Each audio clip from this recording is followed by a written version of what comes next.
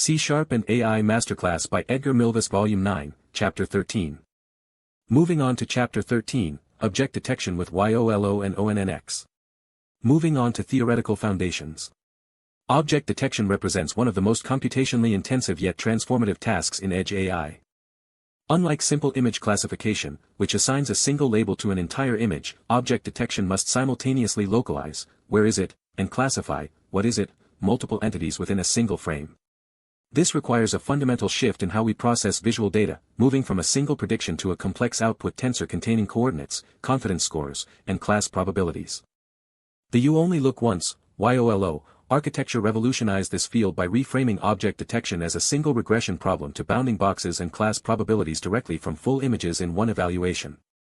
Unlike its predecessors, which treated object detection as a classification problem on thousands of potential regions, RCNN, fast RCNN, YOLO divides the image into a grid and, for each grid cell, predicts multiple bounding boxes and class probabilities simultaneously.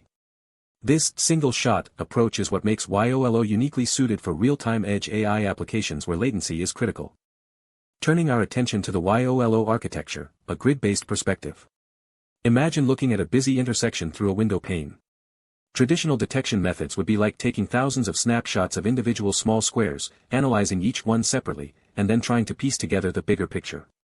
YOLO, conversely, looks at the entire intersection once and immediately identifies where cars, pedestrians, and cyclists are located relative to the grid lines of the window.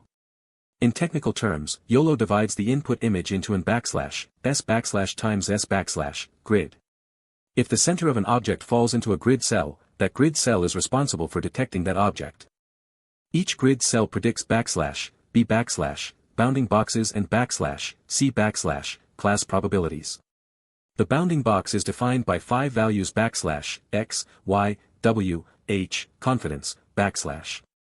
Here, /X, Y, represents the center coordinates relative to the grid cell bounds, while /W, H, represents the width and height relative to the whole image. The confidence score reflects the model's certainty that the box contains an object and how accurately it thinks the box fits the object. For a standard COCO dataset, 80 classes, a typical YOLO output tensor might look like a 3D tensor of shape /13 times 13 times 30 for a coarse grid, or /52 times 52 times 30 for a fine grid. The 30 dimension breaks down into 5 values per bounding box, X, Y, W, H, confidence, times 3 anchor boxes, plus 80 class probabilities. However, modern YOLO versions, like YOLO v5 or YOLO v8, often output a concatenated tensor of shape batch, number _anchors, grid /_h, grid /_w, 85, for box coordinates plus 1 objectness score plus 80 class scores. Now, let's explore the ONNX runtime, the Universal Neural Network Translator. To run these models in C#, we rely on the Open Neural Network Exchange, ONNX, format. ONNX is the lingua franca of deep learning. Just as JSON or XML standardize data exchange between disparate systems, ONNX standardizes the representation of neural networks. A model trained in Python using PyTorch or TensorFlow can be exported to ONNX and then loaded into a C# application via the ONNX runtime. In the context of Edge AI, the ONNX runtime is not merely a loader, it is a high-performance inference engine. It abstracts away the underlying hardware specifics, CPU, GPU, NPU, while providing a unified API for execution.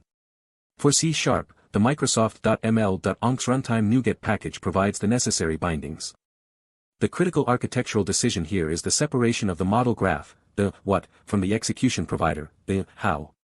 This allows the same C# code to switch seamlessly between running on a CPU, using the CPU execution provider, or a GPU, using the CUDA or DirectML execution provider, without changing a single line of inference logic. Moving on to the inference pipeline, a multi-stage assembly line. Running a YOLO model locally is not a single function call, it is a pipeline resembling a manufacturing assembly line. Each stage transforms the data until a final product, a list of detected objects, is ready. 1. Input preprocessing. The standardization phase. Neural networks are mathematical functions that expect inputs within a specific range and dimension. A raw image from a webcam is typically a 3D tensor of integers, 0 to 255, with dimensions, height, width, channels.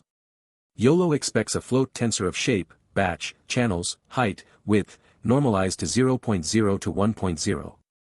Resizing. The image must be resized to the model's input resolution, e.g., 640 by 640. This introduces aspect ratio distortion unless letterboxing, adding gray bars, is used. Normalization. Pixel values are divided by 255.0.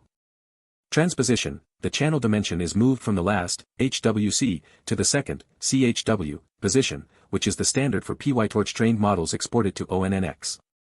Batching. Even for a single image, ONNX runtime expects a batch dimension, e.g., 1, 3, 640, 640.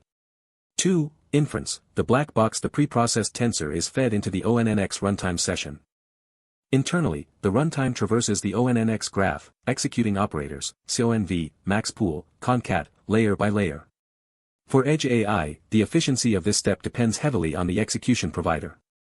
On a CPU, the runtime utilizes highly optimized linear algebra libraries, MKL, OpenBLAS. On a GPU, it offloads matrix multiplications to the GPU's massive parallel architecture. Analogy. Think of the ONNX runtime as a universal translator for a supercomputer. It takes the C# instructions, translates them into the specific dialect of the hardware, CPU or GPU, and retrieves the result back into a C#-friendly format. 3. Post-processing. The interpretation phase. The output of the ONNX model is raw data, a massive array of floating point numbers. To a human, this looks like noise. To the post-processor, it is a map of potential objects. Sigmoid activation. YOLO uses sigmoid functions to bound the center coordinates, forcing them between 0 and 1 relative to the grid cell, and softmax for class probabilities. Confidence thresholding. We filter out predictions with a confidence score below a certain threshold, e.g., 0.5. This eliminates the vast majority of false positives. Non-maximum suppression, NMS. This is the most critical step for accuracy. YOLO often predicts multiple overlapping bounding boxes for the same object, e.g., one tight box and one slightly looser box.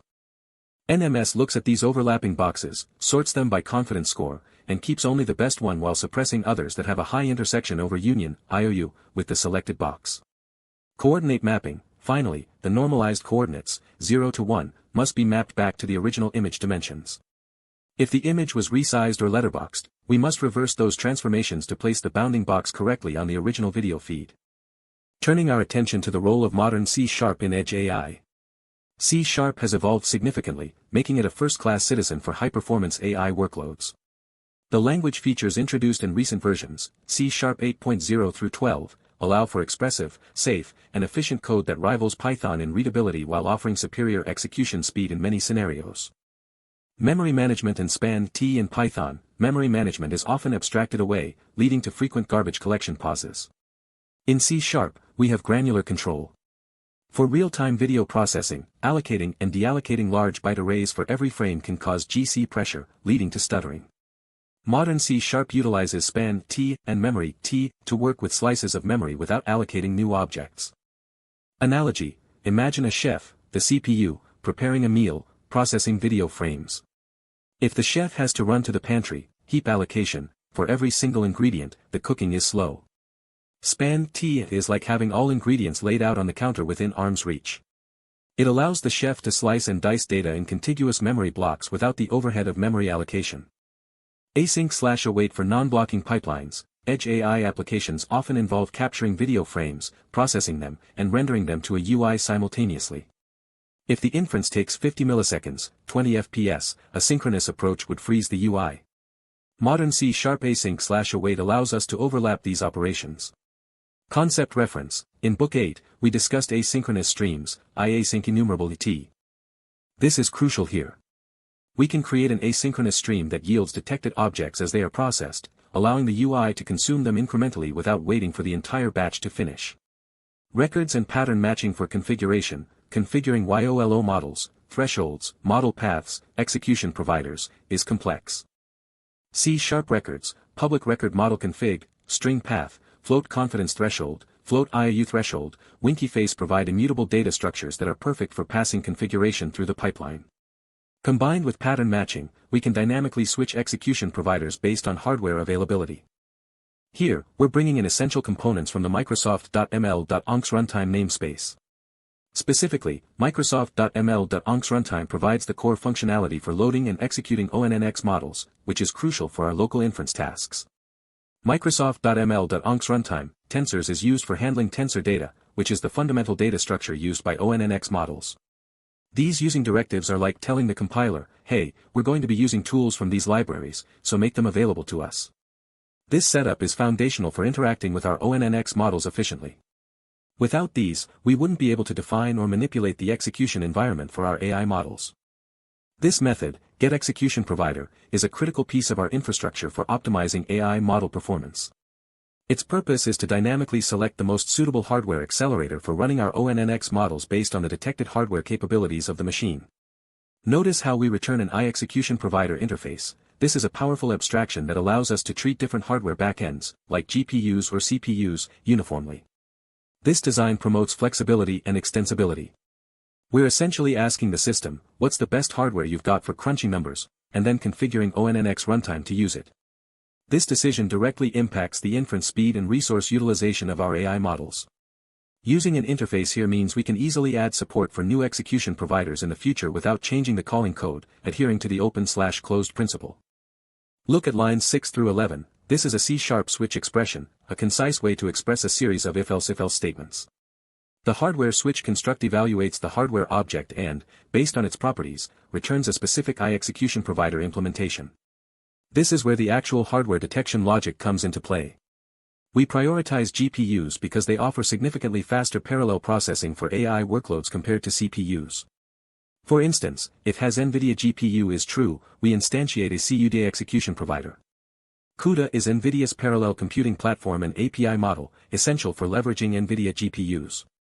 If an AMD GPU is present, we opt for ROCm execution provider, which is AMD's open software platform for GPU computing. The discard pattern acts as a fallback. If no dedicated GPU is found, we default to CPU execution provider. This ensures that our application can run on a wide range of hardware, albeit with varying performance characteristics. This prioritization is crucial for achieving optimal performance, as running on a GPU can often be orders of magnitude faster for deep learning tasks than running on a CPU. Moving on to visualizing the data flow. To understand the transformation of data from raw pixels to detected objects, visualize the pipeline. The data moves from a 2D spatial representation to a high-dimensional tensor, and back to a 2D spatial representation. This diagram illustrates the AI inference pipeline, where raw pixel data is first transformed into a high-dimensional tensor for processing by a hardware-specific execution provider, such as CUDA, ROCm, or CPU, and then converted back into a 2D spatial representation to visualize detected objects. Now, let's explore the why of edge inference. Why go through the trouble of running YOLO locally on a C# application instead of sending images to a cloud API? 1. Latency. Cloud inference introduces network round-trip time. For autonomous drones or industrial robotics, 50 milliseconds of network latency can be the difference between a successful maneuver and a crash. Local inference via ONNX runtime is limited only by the hardware's compute capability. 2. Privacy. Video data processed locally never leaves the device. This is non-negotiable for applications in healthcare, security, or private residences. 3. Cost and reliability. Cloud inference costs scale with usage. Local inference has a fixed hardware cost. Furthermore, an edge AI application works offline, it does not fail if the internet connection drops. Turning our attention to architectural implications of ONNX in C#. When building this in C#, we must design for the lifecycle of the ONNX session. The inference session object is heavy, it loads the model into memory and prepares the execution graph. It should be instantiated once and reused, not created for every frame. Furthermore, we must consider thread safety. The ONNX runtime is thread-safe for inference execution, meaning multiple threads can call session, run, concurrently using different input tensors. This allows for parallel processing of video frames if the hardware has multiple cores, maximizing throughput. However, the post-processing, NMS, is inherently sequential if implemented naively. Modern C# patterns allow us to parallelize the sorting and filtering steps using Plink, parallel LNQ, but we must be careful with shared state. Immutable collections or concurrent bag are often used here to accumulate results without race conditions. Now, let's talk about theoretical foundations. In this section, we established that object detection via YOLO is a grid-based regression problem. We identified ONNX as the bridge between Python, trained models and C# production environments. We detailed the three-stage pipeline: pre-processing, standardization, inference, execution, and post-processing, interpretation. Finally, we highlighted how modern C# features, specifically span TF for memory efficiency and async/await for responsiveness, are essential for building high-performance edge AI applications that can process video streams in real time on local hardware. The next section will move from theory to practice, demonstrating how to load the ONNX model and prepare the input tensor using the specific APIs provided by the Microsoft.ml.onx runtime NuGet package. Let's discuss basic code example. Here, we're importing necessary namespaces. Notice the system, drawing and system, drawing, imaging for image manipulation, which are crucial for preparing our input image and drawing results. System.io is for file operations, and system, link provides powerful query capabilities, especially useful for sorting and filtering our detections. The system, numerics, is often used for mathematical operations, though its direct use isn't immediately obvious in this snippet. It's a common dependency for tensor operations.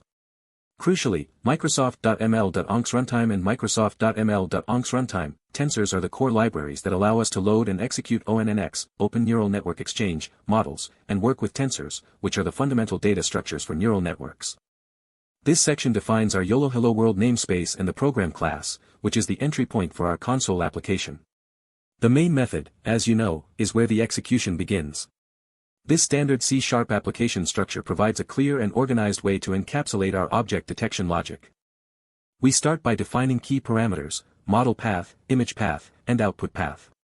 In a real-world application, hard-coding these paths is generally not ideal.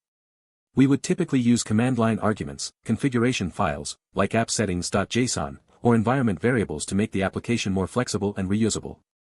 For a Hello World example, however, this direct assignment simplifies the demonstration. YOLO8n.onx indicates we're using the nano version of YOLO v8, which is optimized for speed and smaller size, making it suitable for quick demonstrations or resource-constrained environments. The choice of input.jpg and output.jpg clearly delineates the input and expected output of our process. This is where we load our ONNX model into an inference session. The session options allow us to configure how ONNX runtime will behave. Setting log severity level to ORT_logging_level_warning means we'll only see warning messages or more severe ones, which helps keep the console output clean during normal operation. We're using a using statement for the inference session, which is a critical best practice. This ensures that the session, and any unmanaged resources it holds, like GPU memory or native handles, are properly disposed of when we're done with it, preventing resource leaks. The model path points to our pre-trained YOLO v8 model, which ONNX runtime loads and optimizes for inference. Before we can feed an image to our YOLO model, it needs to be pre-processed into a specific format, a tensor. YOLO v8 models typically expect a 640 by 640 pixel RGB image, with pixel values normalized between 0 and 1. The pre-process image method handles this transformation. It also returns the original width and original height of the image. This is vital because the YOLO model outputs bounding box coordinates relative to its input size, 640 by 640, but we need to scale these back to the original image dimensions for accurate visualization. Without these original dimensions, our bounding boxes would appear incorrectly sized or positioned on the final output image. Neural network models, including YOLO v8, don't just take raw tensors, they expect named inputs.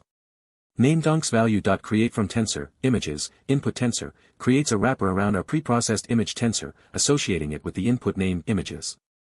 This input name is specific to the YOLO v8 ONNX model architecture. If you were using a different model, you'd need to inspect its input names, often done with tools like Netron, to ensure compatibility. Providing the wrong input name would lead to an error, as the ONNX runtime wouldn't know where to connect your data. This line is the heart of the inference process. Session, run, inputs, executes the loaded ONNX model with our prepared input tensor. The using statement here is again crucial for resource management, ensuring that the results object, which contains the model's raw outputs, also in tensor form, is properly disposed of after use. This operation performs all the complex matrix multiplications and activations defined by the neural network architecture, ultimately producing the raw predictions that we'll need to interpret in the post-processing step. The raw output from a YOLO v8 model is not directly human-readable.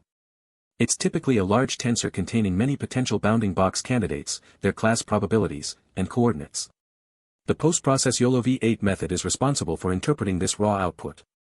It extracts the relevant information, applies thresholds to filter out low-confidence detections, and most importantly, performs non-maximum suppression, NMS. NMS is a critical step in object detection. Without it, a single object could have multiple overlapping bounding boxes, making the results cluttered and difficult to interpret.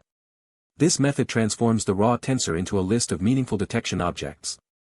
Finally, after all the heavy lifting of inference and post-processing, we visualize the results. The renderboxes method takes the original image path, the desired output path, and our list of detection objects. It then draws the bounding boxes and labels onto a copy of the original image. This step provides a clear, visual representation of what the model has detected. The console output confirms the completion and the number of objects found, giving immediate feedback to the user. This preprocess image method is fundamental for preparing our data. We load the image into a bitmap object and capture its original width and original height. These original dimensions are critical for later scaling the predicted bounding boxes back to the correct size. We then define target size as 640, which is the standard input resolution for many YOLO v8 models. While the comment mentions letterbox padding for aspect ratio preservation, for simplicity in this example, we're directly resizing the image to 640 x 640.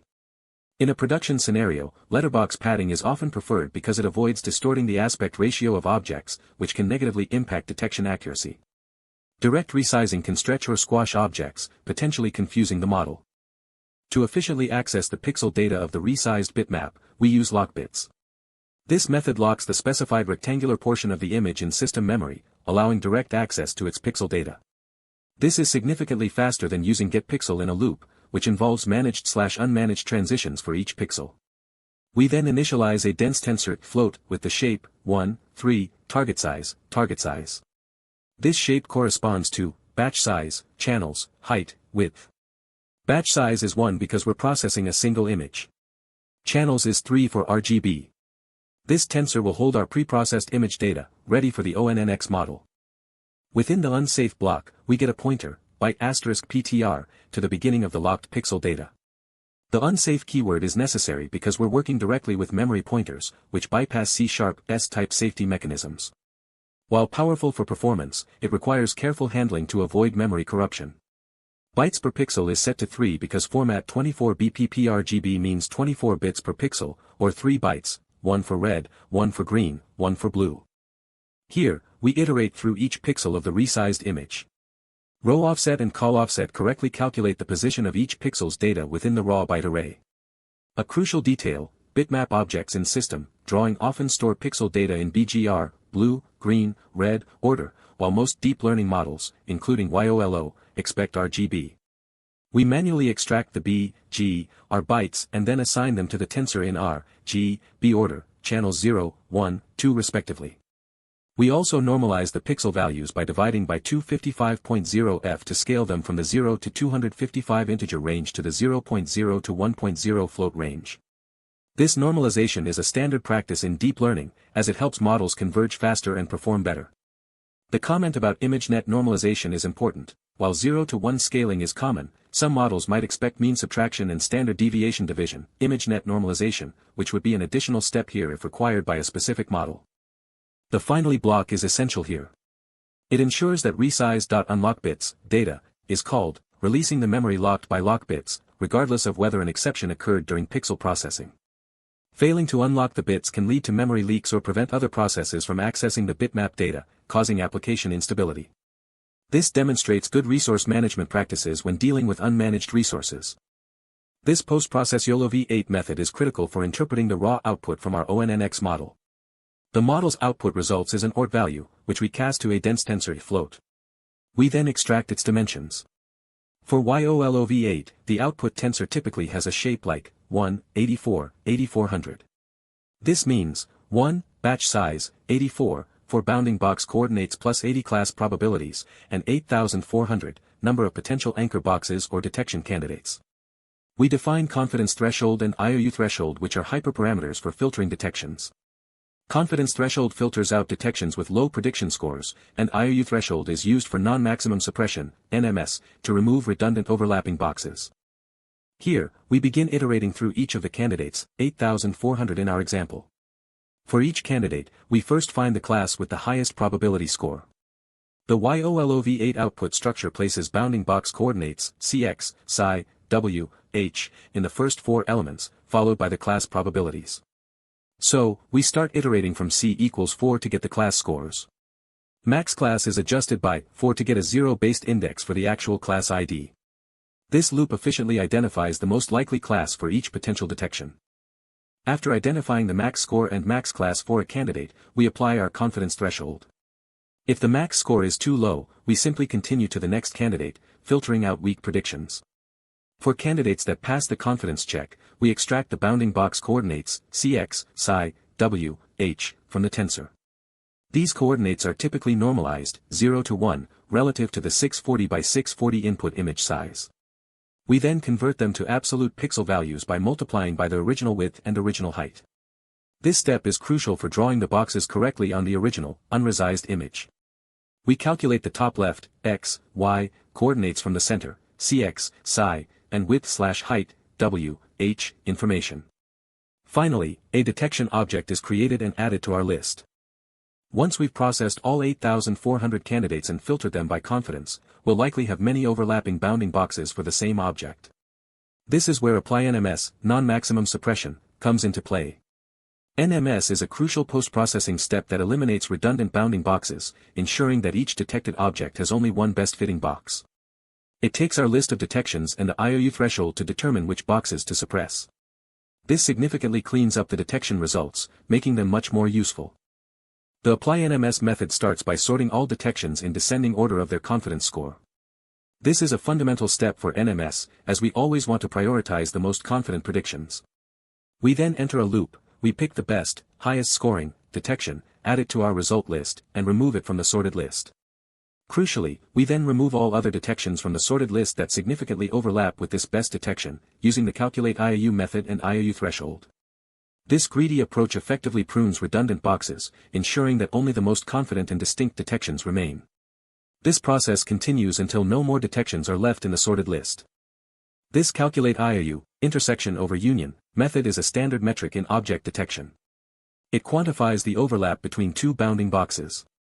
First, it calculates the area A and area B of the two input rectangles.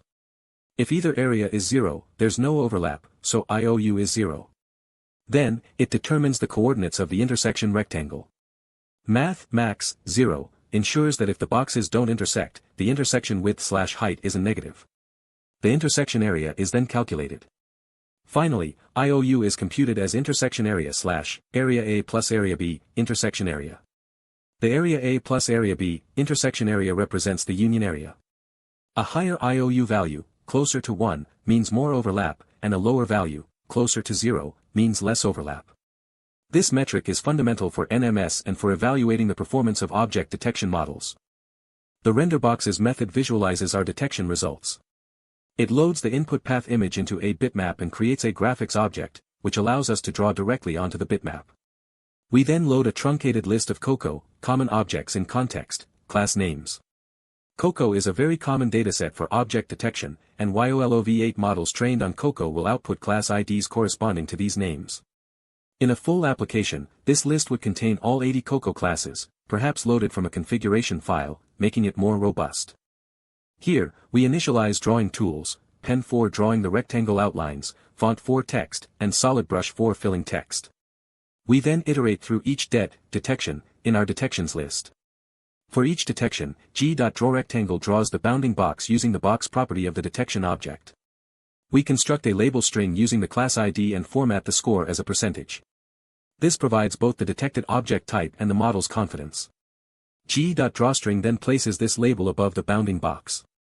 This loop effectively annotates the image with all the detected objects and their confidence scores. After all bounding boxes and labels have been drawn, bitmap, save, output path, image format, JPEG, saves the modified image to the specified output path in JPEG format. This concludes the visualization step, providing a tangible output of our object detection process. The choice of JPEG is common for photographs due to its compression efficiency, but other formats like PNG could also be used depending on the desired quality and file size. This simple detection class serves as a data structure to encapsulate the results of a single object detection. It holds the box, a rectangle F4 floating point coordinates, essential for precise positioning, class ID, an integer representing the detected object's category, and score, a float indicating the model's confidence in that detection. Using a dedicated class like this improves code readability and organization, making it easier to pass around detection information between different processing stages, like post-processing and rendering. By scanning this code you can go to the website with more details and with buying options. On leanpub.com you can find the discounted bundle with all the volumes. This lesson is excerpted from Volume 9, Chapter 13 of the C# and AI Masterclass ebook series and from the volume Edge AI and Local Inference. Running LLMs, Llama/Phi, locally with C# and ONNX. You can find all source code here, https://github.com/edgarmilvis/C# programming series.